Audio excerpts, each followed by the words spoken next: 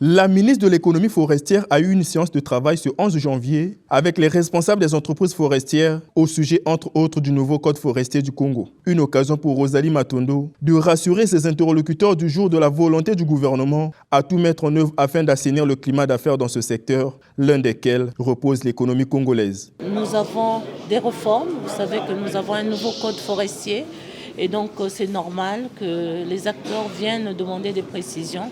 C'est normal que les acteurs puissent nous présenter leurs préoccupations par rapport à la mise en œuvre. Vous savez aussi que nous avons un contexte international qui change tout le temps. C'était une crise liée au Covid. Aujourd'hui, c'est une crise liée à la guerre entre l'Ukraine et la Russie qui impacte les secteurs économiques. Donc, le gouvernement prend tout cela en ligne de compte et donc nous devons être à l'écoute de nos partenaires quand ils nous présentent des contraintes. En réalité, il a été question d'éclairer la lanterne des uns et des autres à propos de l'arrêt des exportations des grumes. Et sur cette problématique, tout est bien clair. Les acteurs économiques avaient à cœur d'échanger avec la tutelle que représente Madame la ministre au sujet en particulier de l'arrêt des exportations de grumes pour pouvoir faire part d'un certain nombre d'inquiétudes.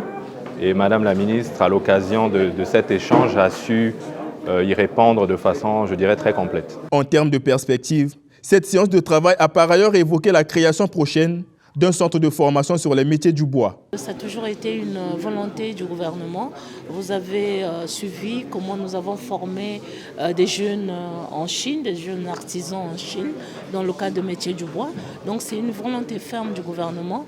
On avait un problème de financement, comment financer ce centre. Là, nous avons un partenaire qui s'engage à accompagner le gouvernement et j'ai profité de cette occasion aussi pour inviter les autres forestiers parce que ce centre va servir alors promouvoir des compétences dont ils ont besoin parce que nous voulons effectivement la congolisation des postes dans les sociétés forestières, mais il y a des métiers pour lesquels nous ne trouvons pas, où les sociétés ne trouvent pas des compétences sur le territoire national. Donc il est évident que c'est un grand besoin pour notre pays d'avoir un centre de formation sur les métiers du bois. Cette rencontre est la première de l'année pour Rosalie Matondo, qui envisage de donner une nouvelle impulsion à son département ministériel.